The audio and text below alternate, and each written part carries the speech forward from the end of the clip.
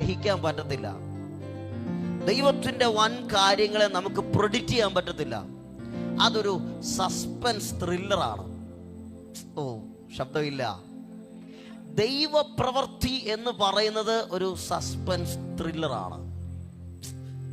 പത്രോസ് മുഴുരാത്രിയും അധ്വാനിച്ചിട്ടും ഒന്നും കിട്ടിയില്ല.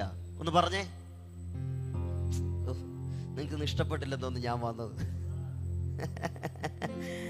പറഞ്ഞേ ഒന്നും കിട്ടിയില്ല. എന്ന അതേ ആഴങ്ങളിലേക്ക് പോകാതെ യേശു കർത്താവ് രാവിലെ വന്നിട്ട് പറഞ്ഞത് പടക് അല്പമൊന്ന്.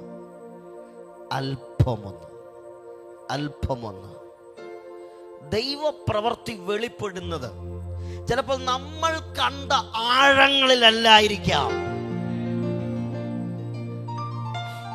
നമ്മൾ വിചാരിച്ച ചില മേഖലകളിൽ നിന്നല്ലായിരിക്കാം. നീ അങ്ങേ ലോകത്ത് കണ്ടത് നിന്റെ മുൻപിൽ തുറന്നു തരാൻ ആത്മാവിൽ ആരോടോ ഈ ദൂത് പറഞ്ഞ് മുൻപോട്ട് പോകുവാൻ പരിശുദ്ധാത്മാവിനെ നിർബന്ധിക്കുന്നു.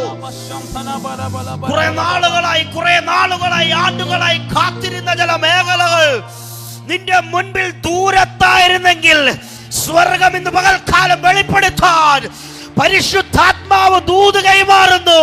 നിന്റെ മുൻപിൽ നിന്റെ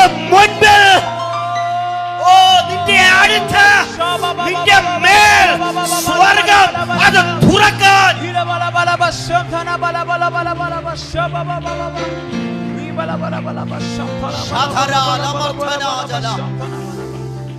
ഒന്നാലോചിക്കണം, മുഴുരാത്രിയും പത്രോസ് പോയത് ആഴങ്ങളിലാണ്.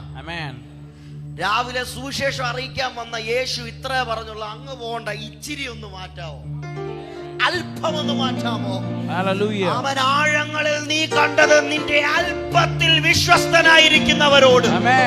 ദൈവത്തിന്റെ ദൂത് ഇത് ഞാൻ പ്ലാൻ ചെയ്ത് വന്നതല്ല, കണക്കാവുകയാണ്. അല്പത്തിൽ വിശ്വസ്തനായിരിക്കുന്നവനെ അധികത്തിൽ വിചാരകനാക്കുന്ന ഒരു ദൈവം.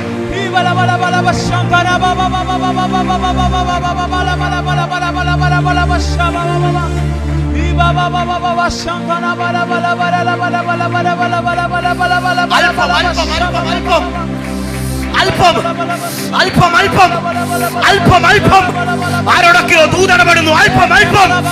അല്പം കൂടി ദൈവത്തോട് ചേർന്നാൽ അവൻ അധികത്തിൽ നിന്നെ